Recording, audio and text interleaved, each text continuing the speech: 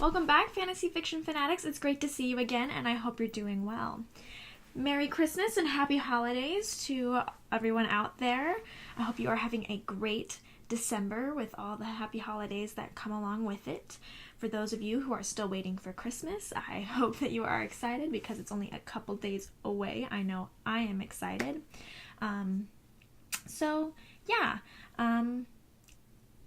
really sorry in advance for any bad lighting that might be going on in this video, just because with the days being extremely short where I live and it being cloudy a lot of the time, it gives me a very short window of opportunity to film with good lighting. And so if it gets darker outside and my lighting starts to get bad, I'm very, very sorry in advance. Hopefully you don't hold it against me, but I'm trying to film where I have the best lighting possible for as long as possible. So hopefully it won't get too bad for you. All right, let's go ahead and get into our class for today.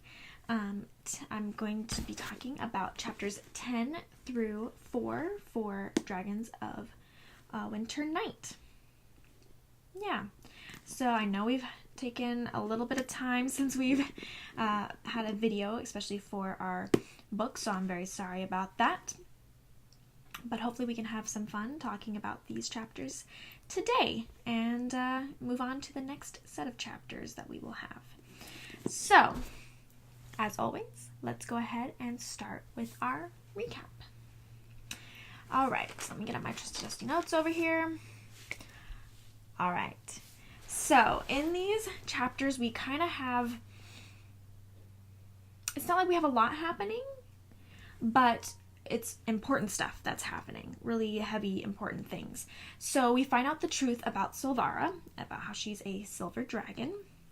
We find out that Fizbin and Tass are going away from the group.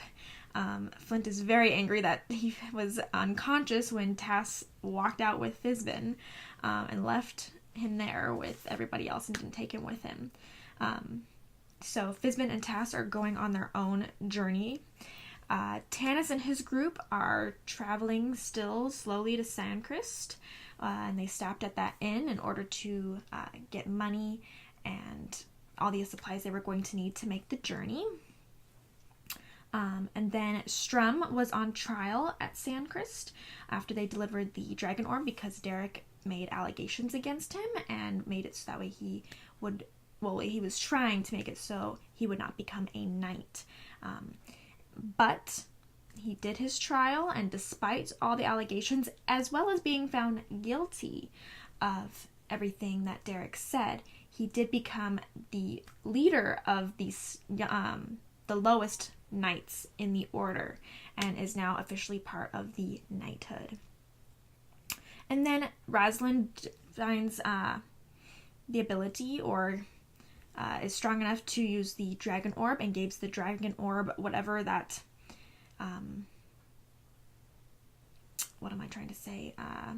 omniscient thought or being or whatever it is that's in that dragon orb that is alive and has its own brain.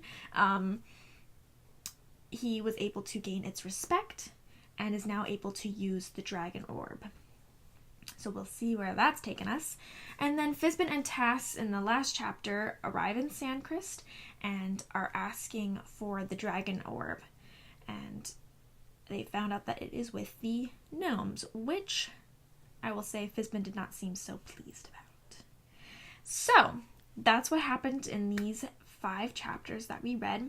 Like I said, not tons of exciting things, but really, well, I guess you could say some things are exciting, like information that we're finding out, but nothing like too drastic or not like a bunch of things happening all at once. But really deep, important things that are going to be progressing us through this next chunk, because we just are now in book 3 of book 2. If you know what I mean, like the breaks that they call different books inside the book. So obviously, since we did do this break, you can kind of tell that we're setting us up for the next big section that we're going to be reading. So the first couple of chapters, as well as the last chapter before we entered this break is just gearing us up for what is going to be coming in this section of the book. Whew, okay. So the first thing I want to talk about is Fizban, which we talked about Fizban last time, and we've been talking about him a lot when he's in the book, the first book. But he's just such an interesting character, and it's got a lot going on with him, especially now that he's back from the dead mysteriously. So we keep having to come back to him because he keeps having more things revealed about him, more things going on, more things centered around him. So the biggest thing that I want to discuss for this is that now we seem to be officially sure. That makes, seems kind of crazy, but that we're saying it that way, but we're officially sure that there is more to Fizban than it seems. Because I know, like, in book 1, we kept talking when we first met him, that he had moments and glimpses of, like, how does he know this? Who is he really? Is he really just this old, befuddled buffoon, as he seems to be, or is something actually going on behind the scenes that he's not portraying to us? And now we know for sure, even though he came back from the dead, and he did show Tass that portrait that he then made him forget, and those kind of things, we weren't really sure, or at least when I've been reading it before, I was never totally sure. Like the first time reading it, things that came up with him really surprised me, especially with him coming back from the dead. That was one of the things that really surprised me, and things that happened with him in the future really surprised me. So I don't know about you guys, if you, as the first time readers, if you are surprised by anything that's happening, or officially getting confirmed here that he obviously knows more than he's saying, and if that's a surprise to you or not.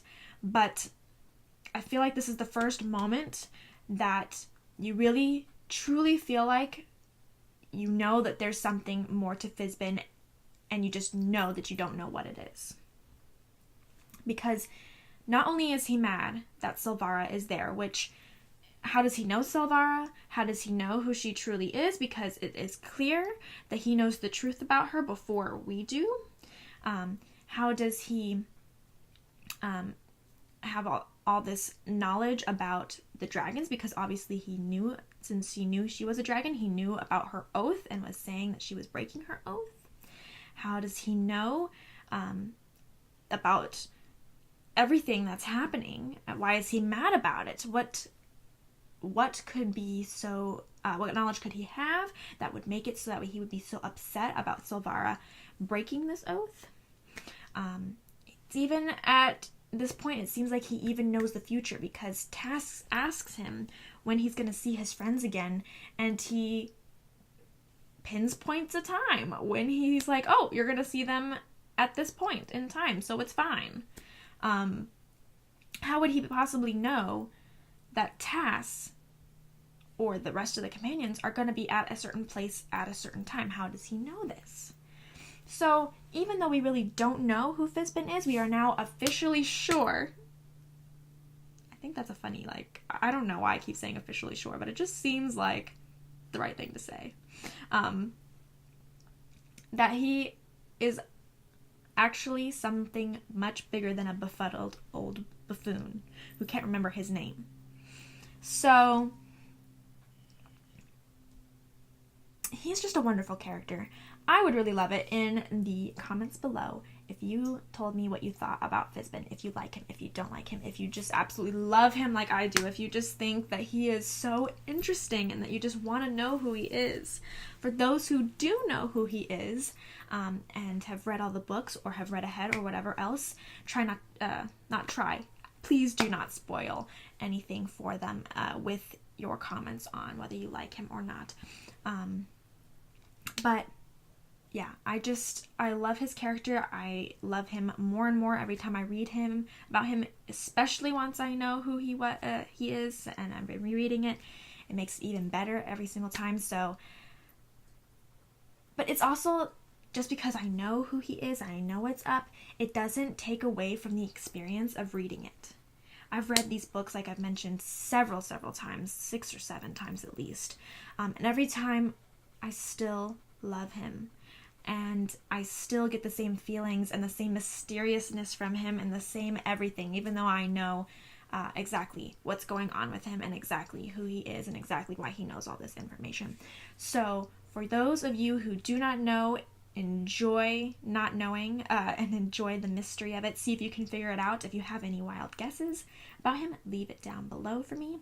And for those of you who already know, how do you feel about him rereading him? How do you still get the same vibes from him? Do you still love him the same amount? Does it just make it even richer and more wonderful knowing who he is, just like I feel? Or what is your thoughts and opinions on that? Does it change? Do you wish that you could go back to not knowing?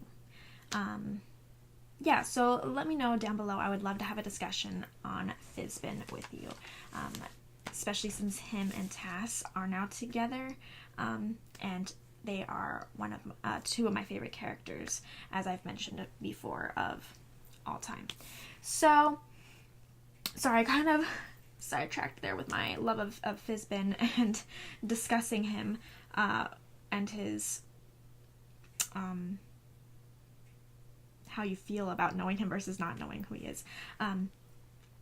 So let me get back to the point of what I was trying to say initially with talking about Fizbin, especially with not knowing who he is at this point and knowing that there's something beyond what we're seeing. So this is really important from a reader standpoint and an author standpoint. And so as those aspiring writers out there, it's really important. What makes this character so good, and at least to me makes him so memorable and wonderful and great, is how he is presented, how he is slowly built, and how we get these little breadcrumbs all the way through number 1 and not really most of number 2, considering he's not in most of number 2, but just the idea that we had of him and the small mentions that we've had of him previously when they thought he was still dead, where the authors leave you just these little breadcrumbs, these little moments, these little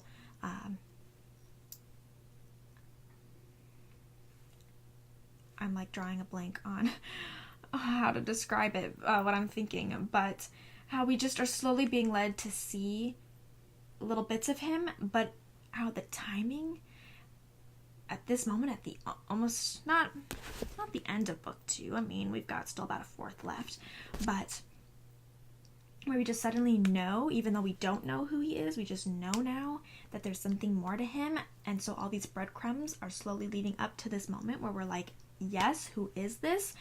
And it's just building up this character. We're building him through these little bits and pieces and trying to signal off not only the characters but the readers. And the writers really are trying to make him mysterious and exciting. And especially now that we know that there's something more to him, it's like, you really just want to know. The writer is giving the reader, and as a reader, this is what's exciting about the character, is they're giving us something to look forward to, giving us a mystery to try and figure out, giving us these breadcrumbs, and then revealing to us that we don't know everything, and now we're still left being like, but we have no answers, and we want answers. We want to know who this is. We want to know where he's going. We want to know what is happening. So, from a writer's point, it's to make exceptional characters like this, it's really all about the timing. It's all about the misdirection. It's all about the way that you are presenting this character to the audience and making sure that the timing is correct, that you drop the hints when they're needed, you see how to set them up by slowly leading them to the point where the readers are either going to know fully completely what who and what they are, or that you're just going to be like, hey, we're going to present this to you and show you, hey, you were right, he's more than we thought, but you're not going to know for a while, like we are with Fizbin. And as a reader, it really just is an exciting experience to know that you don't know all the answers, and it gives you something to look forward to and gives you a character that you're just dying to see, especially because this character is now a wild card. Well, sure, he was always kind of a wild card because he was a wild person, and you were just like, what are you on? Like, you don't know what you're doing. We don't know what's going on. He's just making a mess of everything. And so he already was a wild card for the characters. But now it's especially a wild card.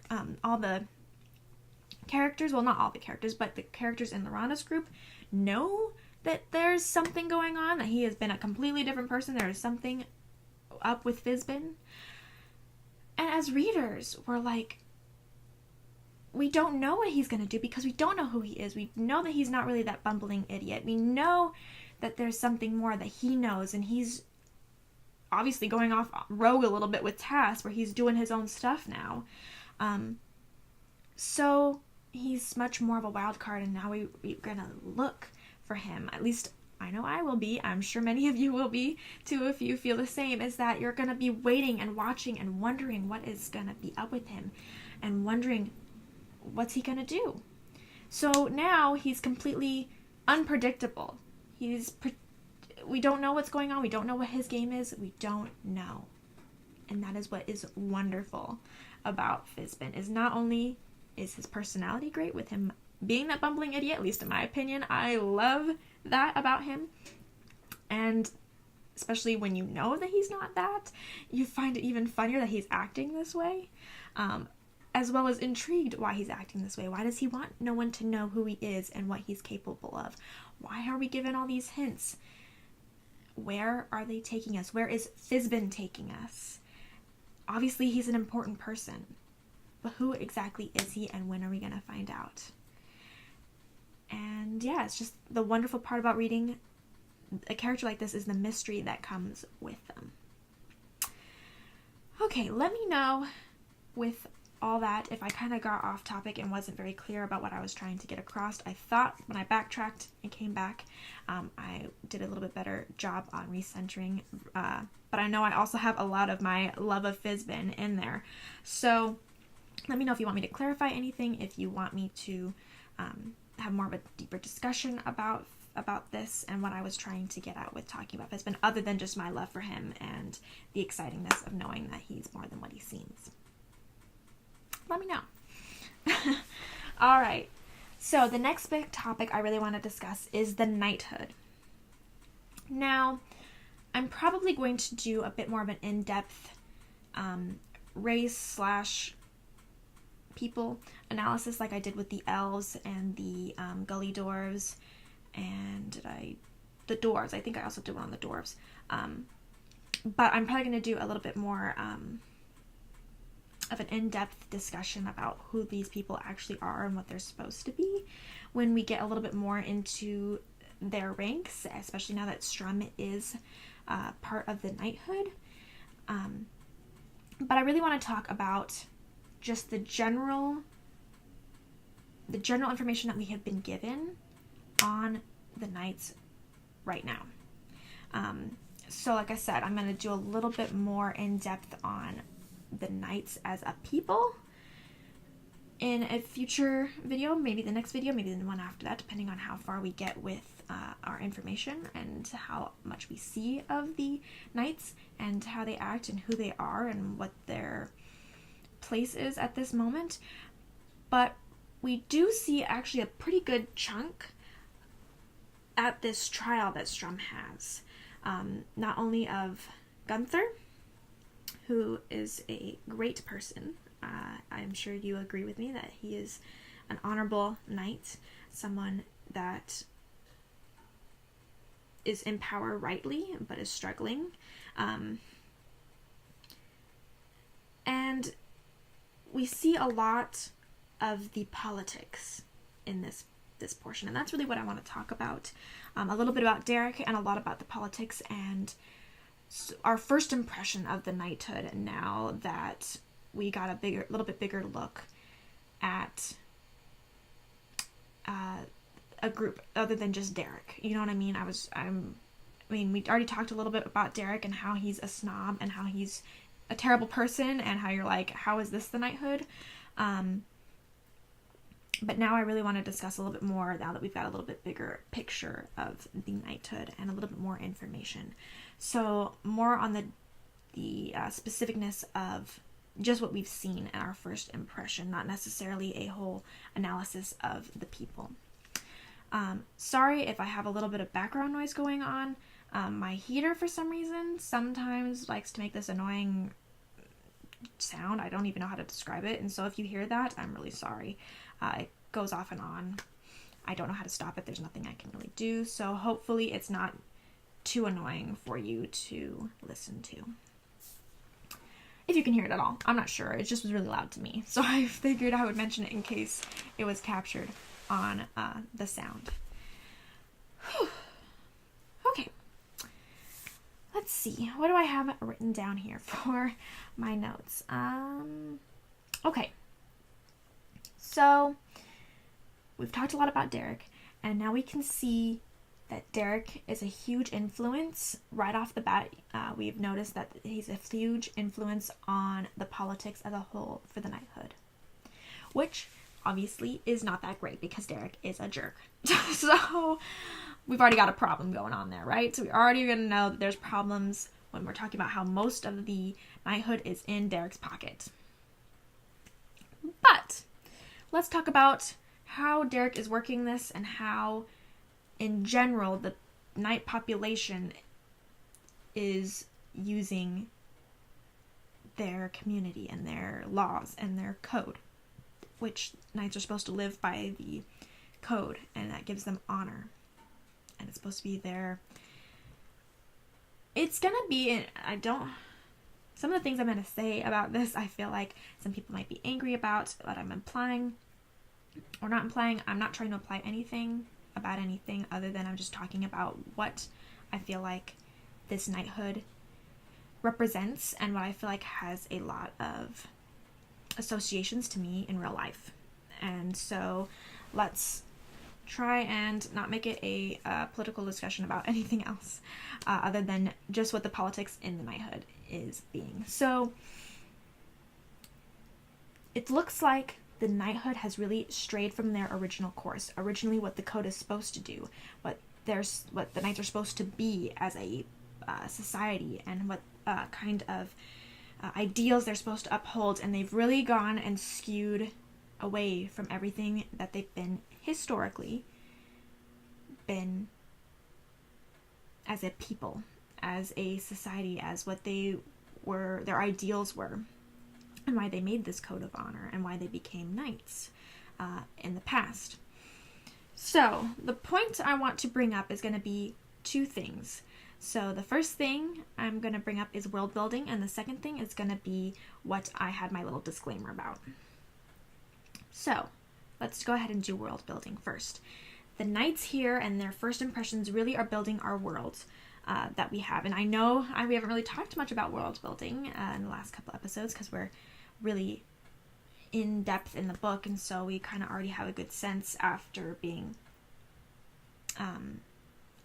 a good ways through the second book. We already have a lot of knowledge about this world, but it's slowly showing as every time you get introduced to a new people in bulk, it really shows world building and the fact that this is the kind of world that has these people in it, and these people affect the world this particular way, and that the things happening in the world are affecting the people in this particular way. So we're really building what kind of world this is and what kind of people live in this world and how things affect them. So seeing the knights like this and seeing them be so skewed from their original path and being so politically corrupt, and honestly everybody knows that they're pretty much corrupt, but the people who are corrupt just believe that they are right, and the people who know that they are wrong and are trying to stick by what the original viewpoints were going to be know exactly who is causing the problems and who is corrupting the populace and trying to do their best to counteract that corruption as best they can with being the minority.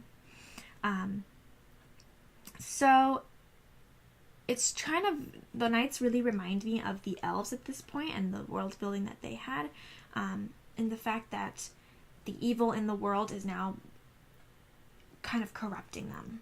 And at the times when things get difficult, they believe that they're above everybody else, and they believe that they cannot be corrupted by the world, just like the elves were. And so the elves are completely against each other, and they completely hate each other, and they're going in a place that's where it's just making things worse instead of making things better, because they believe that they're so superior. That's the same way the knights are at this moment. They believe that they are superior. They believe that they do not have to worry about the problems in the world because they can fix it, or they're above it, or it doesn't matter because they're the knights and they're going to do what they want to do, and that they have the right to do whatever they want to do, just as long as they label it under the world's good, because that's just what they want to do.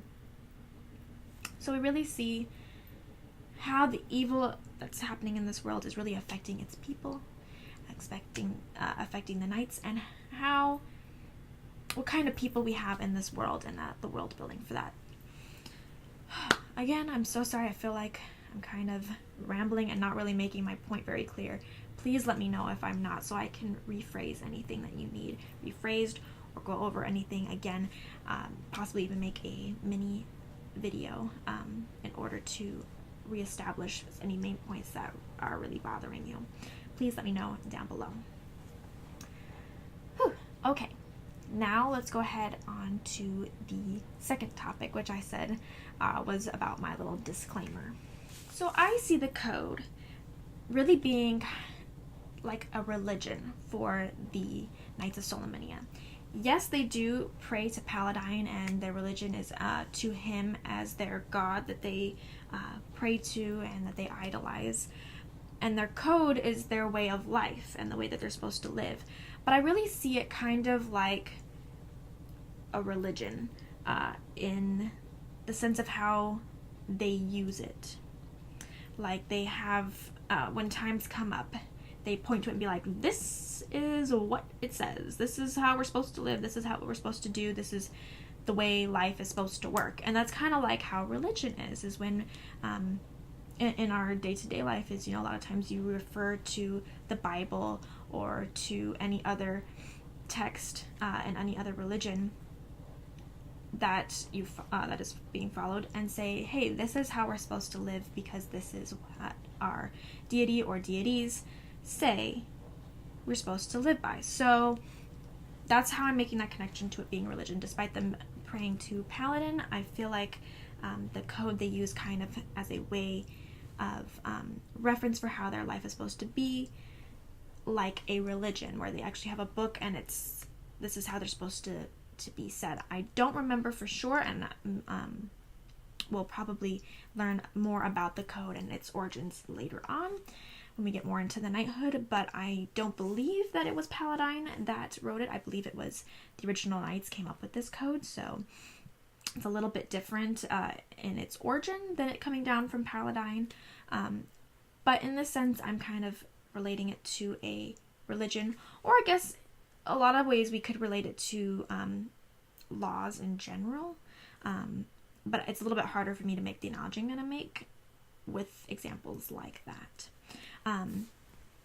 So, looking at it as a religion, I feel like the corruption and the problems that the knights are having really relate to times in history when people have used religion for their own personal gain. And this happens plenty of time in history that we all know about, where religion gets corrupted and people use, especially higher up in the in that religion, like to use it for their own personal gain, and they corrupt the meaning from what it was originally supposed to be so that way they can do what they want. And that is what Derek has done here with the code. Gunther says that he is a really die-hard, stick to the code, by the book person. But if that was really the case, I feel like he would not be a corrupted individual, because the code originally was not a corrupt thing. Instead, he likes to pick out pieces or to redefine. Sorry, let me start a little bit back. He likes to pick out pieces from the code and use them, whether in context or not, for how he meant something.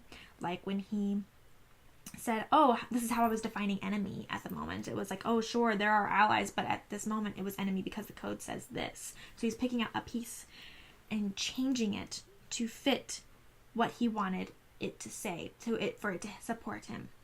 Or times that he will be interpreting the code in a way that it was not meant or was not previously interpreted as, in order for it to support him. So he is taking the code and being, yes, by the book, by the rules, strict, except he is making it be whatever he wants. And that is part of the reason why we have so much corruption here, and why so many people follow him, is because he can make the code do whatever he wants. And everyone wants to be on the side where they can do what they want. So other than the younger knights and Gunther and a few other honorable knights that we haven't met yet, I'm sure, everyone is in Derek's pocket because he knows how to manipulate the law to be what he wants. And so it really relates, at least in my opinion, to times in history where religious leaders have done these kind of things. Or, like I said, that could also relate to laws, where people decide what kind of way to look at a law or interpret a law in order for them to get their way and to say that they are right. So yeah, we really see the corruption and the horribleness of what's happening in the Knights, and the internal bleeding it's doing, and the internal destruction it has because of Derek, and how he is making everyone go astray from what the original path of the knighthood is. So we see a lot of Derek's influence, and a lot more of how he is turning the knights astray, as well as we see that the integrity of the knights is not that great, especially in this time of evil, where, you know, everyone's just like, yeah, I'm gonna take Derek's side because he can do what he wants and he can make it so I can do whatever I want. And we're gonna see how this corruption and Derek and his followers and all that kind of stuff really will really hinder our people who are trying to actually save the world. And what's gonna happen? We're gonna have to see how Strum will deal with going against Derek, especially since Derek is so against Strum. Okay. Hope that really covered a lot for you, and that made sense. Every time I feel like I do a video, then I haven't done one in a little while, and I stop making sense again, and I have to relearn how to describe everything I'm talking about. Yeah, let me know any of your thoughts on the knighthood and any discussion you'd like to have about that down below. Cool. Whew. Okay. The next topic I wanted to talk about is going to be chapter 1 of book 3 of book 2. Did that make any sense? The Peg and Whistle Inn and that chapter is very, very different from the rest of our story. It's kind of like, when you're first starting reading it, it's like you're reading another story or a different book or something, because it's really not like the rest of the book, especially when we're looking at it. The writers write it from the perspective of the innkeeper, not the companions. And you're almost wondering at first, at least I was, why are we reading about this inn? And then suddenly the companions, you realize that it is the companions that show up. And they start doing this show, and you kind of slowly work back to their perspective. But it's an odd way to start this next section of the book. And it's kind of an odd chapter in general, because it's like nothing really happens other than them having peaceful times where they get to put on shows, get free food, sorry about that, and all this other stuff. So it's like, what is the point? What is happening? aren't we supposed to be having this war going on? And aren't they supposed to be getting to Sandcrest because they gotta meet up with everybody? And we're gonna stop for a whole month at this inn and do magic shows and sing songs and dance. Sorry again about that. Let me really quick turn off the sound. I didn't realize my iPad was sound was on. I usually mute everything beforehand. Alright. Sorry again about that. But anyway, so it's kind of an odd chapter. And we're not really sure what's happening with it and why we're having this rest in the middle of this book. And it's like, shouldn't there be some more urgency happening? Shouldn't we be moving on? Instead, they send a whole month at this inn. Now, yes, they didn't have any money, and so that is definitely part of their problem. Sorry. Okay. But it seems kind of odd with everything that just happened, especially with the whole Silvara thing, just to cut and be like, hey, we're just gonna have some good times, have some laughs, be at the inn, make some magic, and let's call it a day. Like, where did this come from? So I really wanted to talk about the point of having this chapter, where it's at, and in general, anywhere in the story. The first thing I think that the authors were trying to do was to give us a slight bit of a break. We're really stressed from all the stuff with Silvara. We're going to be stressed in a minute with all the stuff with Strum.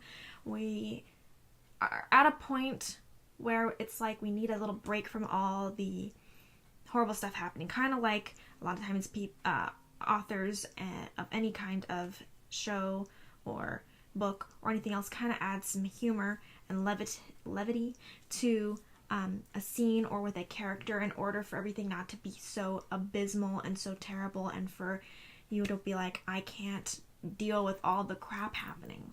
I need something to make it worth watching, something happy, something good.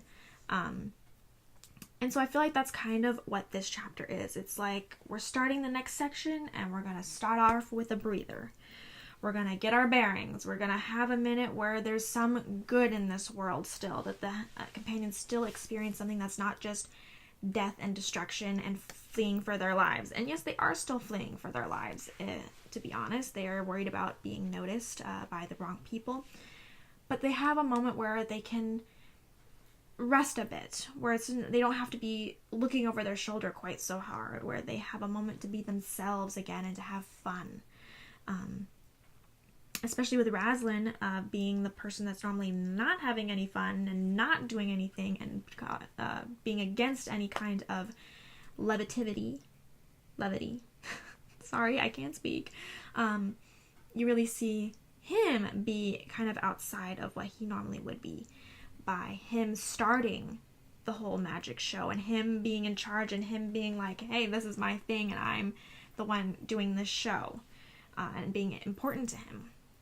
So you kind of see a little bit of a flip side for the characters. We get a little of a break, we get a little bit of a breather, we get a little bit of levity, and we get a little bit of everything isn't crap. There are still places in the world where there is a moment of rest and a moment of not everyone's going to kill you the second you walk through the door. Now, the other thing that this chapter does is it provides us with some suspense. The authors are like, all of this is happening, and we got bam, bam, bam, bam, all this stuff is going on, and then we're stopped. We're going to take a breather, and you're going to have to wait a whole chapter for us to move forward, for us to get anywhere, and for you are just going to have to pull out your hair while you're like, what is going to happen? What's going on? Why are we taking a break? What's happening? Why aren't you moving? Aren't you supposed to be in Sandcrest? Like, it makes the reader kind of go a little bonkers because you feel the urgency, and you've been feeling the urgency, and we're like, go, go, go, go. Are we going to make it in time? Are we going to get here in time? What's happening? Who's this? What's going on? And then all of a sudden it's like, nothing. We have a whole chapter, and for them, a whole month of nothing? Shouldn't you be urgent? Shouldn't you be like, we need to get going? We need to, like, be on the move on or something? Obviously, yes, they didn't have any money to travel, but shouldn't the characters be stressed about being stuck here? Shouldn't they be concerned about not getting to Sandcrest in time? Shouldn't they be concerned about what's happening to the other friends? Nothing. This whole chapter, it's like, we're just taking a break and kicking it back, and there's not much talk about what's happening in the world, us thinking about our friends, us trying to get anywhere. We're just trying to raise some money and have a great old time putting on these shows, and everyone seems to be slowly being added to the show. So it adds suspense and it drives the reader a little bit bonkers. So yes, we are enjoying the fact that yes, we're not everything's crap, but at the same time, we're like, but we really want to know what's going on with all the crap. So it's a double-edged sword that the authors are driving to our readers. What do you think about this chapter? Did you find it odd? Did you find it nice and relaxing and a bit of a breather? Or did you think, skip the breather, get going, I'm going nuts over needing to know what happens? What kind of reaction did you have? I will say for me personally, I kind of had a little bit of both. When we first started it, I was like, this is a weird chapter. What is the whole point of this chapter? Shouldn't we be doing something? I can't believe it's a whole month that they're just staying here. That's what I thought at the end. But at the same time, I kind of enjoyed the breather. Even though I kept thinking like, oh, this doesn't seem right. Shouldn't we be going? Shouldn't we? And kind of going a little bit nuts about it. But at the same time, the actual events that happen and seeing this other side of the characters really intrigued me. Made me learn more about them. Made me understand some of them a little bit more. Made me impressed that now Mr. Call is having more of a following because of Gold Moon, and just seeing a little bit of the other side of the character and what kind of things they could have been like if we had known them before all this started, when they were just doing their own travels and just enjoying life. Alright, so now the last big topic I wanted to discuss is the book 3 of book 2. So, kind of like what I said for the last topic of the chapter 1 of book 3 of book 2. Book 3 of book 2. Now we're just going to talk about the book 3 of book 2. Does it make sense now? Does it make more sense than it did before? Or did I just confuse you more? Anyway, the section break is what we're talking about. Let's make it nice and simple. Let me see if I can find it. Here we go. So the section break for book 3 is the sword. I'm assuming this is Strum's sword, because he's the one that's got the big double-handed sword. And we've got the roses here, which I'm not sure. Did we see any roses in this set of chapters? I don't think we did. I don't remember specifically any roses, but I think it has been mentioned before that the knight errant has like the different. Yeah, we did mention the different distinctions. We have a couple of different distinctions, and Strum becomes the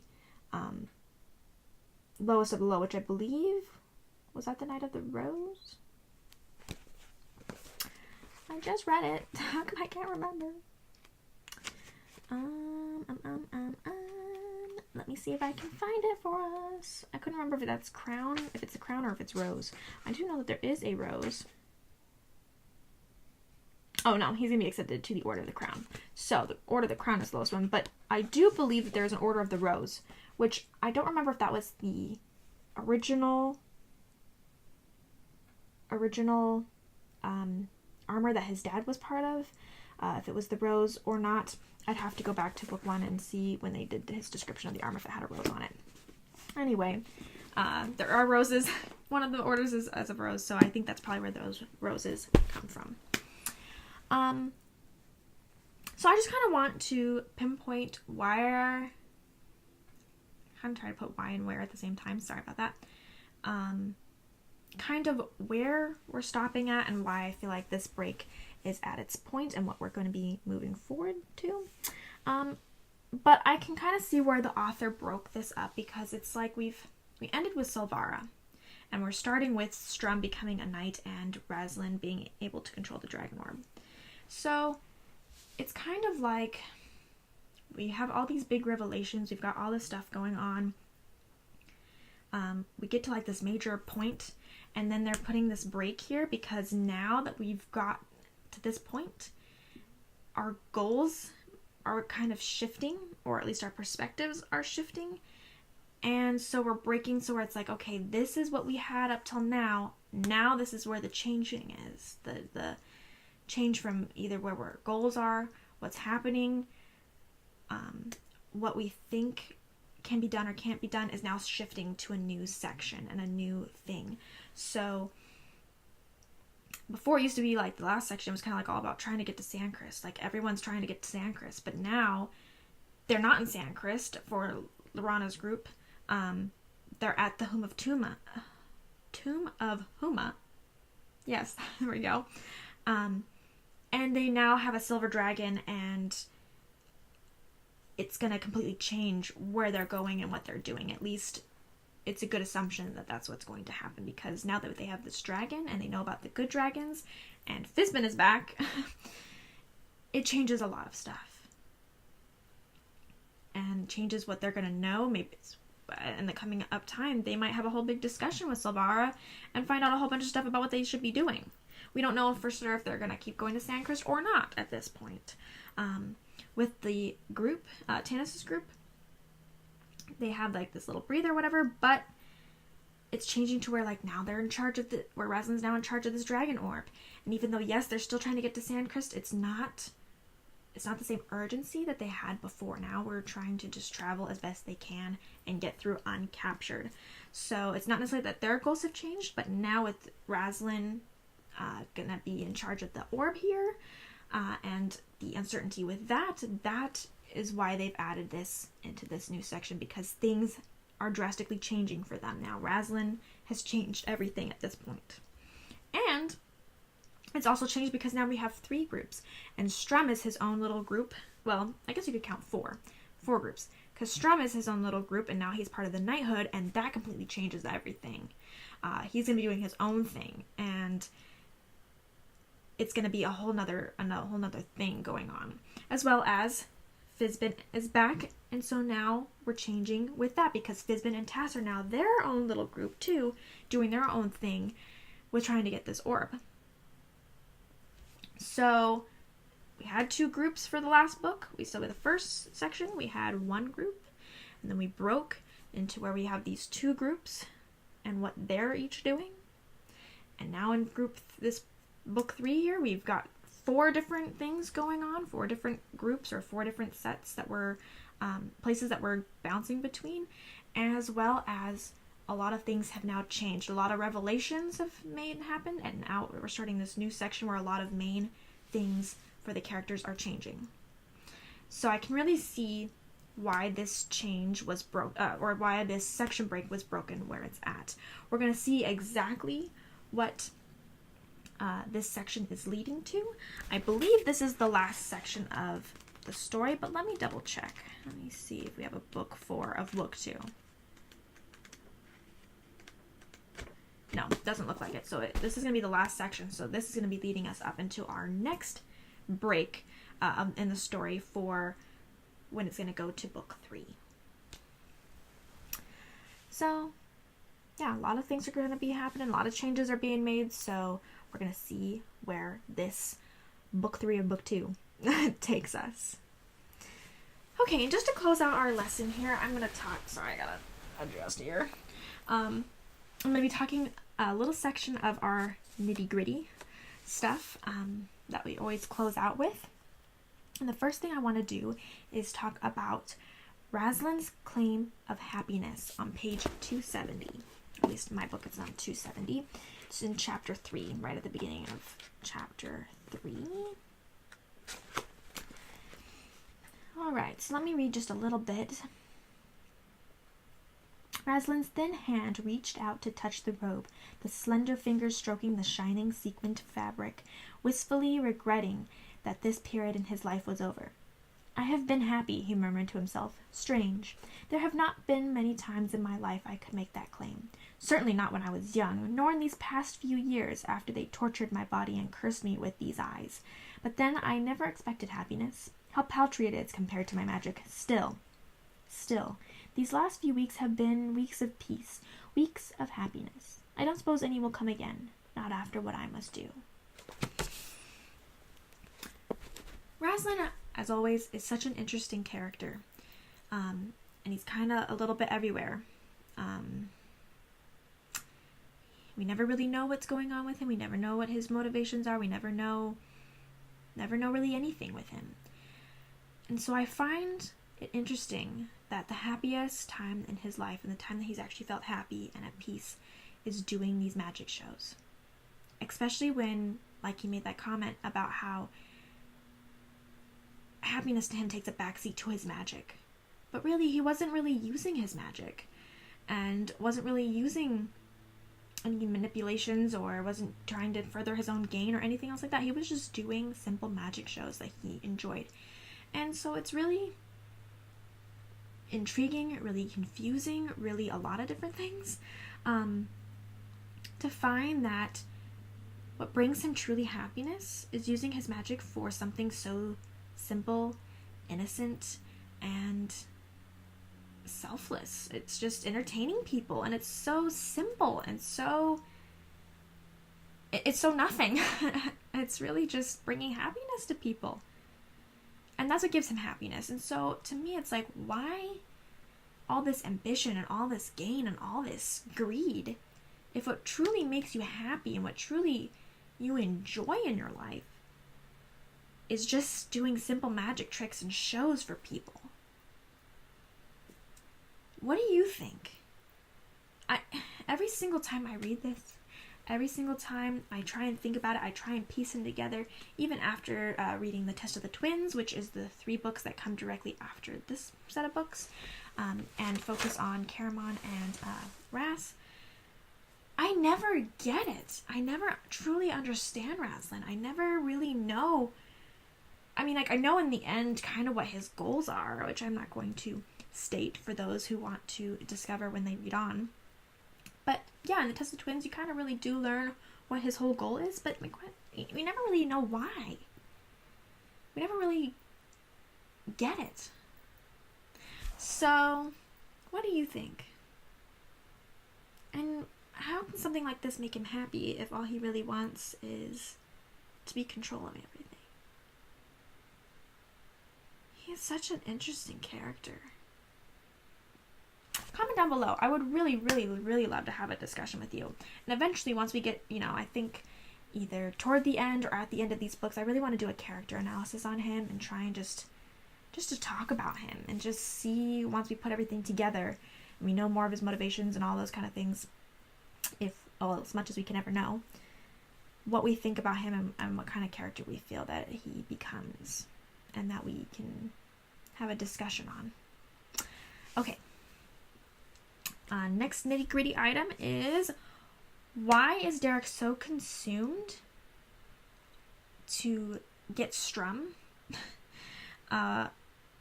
when his hatred doesn't seem to be... what am I trying to say? Why is Derek so bent on getting Strum and destroying Strum when it doesn't seem like Strum has really done anything that should warrant such hatred? Because, I mean, yeah, he didn't listen to him, and that's a new thing for Derek. But really, is all that just a couple of times he didn't listen to him and, or listen to Tanis instead, why does that make him so out to get him? So much that he just has this pure hatred for Strum. That's my question. I don't really have much of an answer at this point. As we continue reading, maybe I will have more of an answer for us. But I just really wanted to put that question out there. Wanted to see if you wanted to talk about it, see if you have any opinions. Go ahead and let me know down below. I would really, really love to have a discussion, as always, with you on that. Because I just feel like it's a really big hatred. Like, he really, will go out of his way. And is just so angry when Strum becomes part of the knighthood. Like, he is just, furious. And I just don't understand why why something developed to be such a huge hatred so much. I wonder if he feels threatened by Strum. I don't know if it's because he associates with non-humans, but well, I mean, obviously the knighthood, at least Derek, doesn't trust them, doesn't want to be around them, sees them all as enemies. But at the same time, the order never, and the code never really says that they're supposed to be enemies, just like, they have an alliance with the elves. It's not meant to be that way. So I'm not really sure how Derek got to be here and why he hates Strum so much. I'd really love to hear your opinions. Okay, and then the last one is the first look at the gnomes. This is just a pure question for you guys. What was your first impression of the gnomes? The next set of chapters, we're going to learn a little bit more about them. We're going to see a little bit more about them. I absolutely love the gnomes. I think that they are very much like Fizbin. They are interesting. I'm not going to say much more than that before until we read more. And so hopefully the next episode or two, the next class or two, we'll be able to get to discussing the gnomes as well as the knights and seeing what kind of people they are and seeing all about them and having a whole discussion on their society and stuff like that. So first impression is a little quirky. What do you think? Do you have any thoughts or opinions or any guesses about what's going to happen or anything like that? Let me know down below, as always. Okay, I think that wraps up today's lesson in today's class. Again, let me know, as I know I keep saying this throughout the class, but without actually, talking in front of you and being able to answer questions and things like that and know what I am explaining well and not explaining well. I always want to go over and make sure that you know that down below, if you ask me any question or leave any comments or want to have a discussion about something, clear up something, anything, let me know. I would love to have not only discussion to answer your questions, possibly if you need me to rephrase some things, if I didn't actually get to a point and I thought I just got to a point, so you're not really sure why I mentioned something to begin with. I would love to clear anything up and have and to help us both learn together and to have our own opinions and see how we learn together. So let me know anything down below, questions, comments, concerns, and I hope you have a very, very Merry Christmas in a couple of days if you are celebrating Christmas. If not, I hope you have a great week. The next set of chapters we're going to be reading is going to be chapters 5 through 9, which for me, that's going to be pages 287 through, sorry, I didn't remember to write it down beforehand, 336. So we're going to read the next 5 chapters, and then after that, we'll probably be finishing up the book right after the week after. So we're getting pretty close to the end. I hope you are enjoying the story and everything, and I will see you next time. Thanks for joining me, and guess I'll see you later. Bye.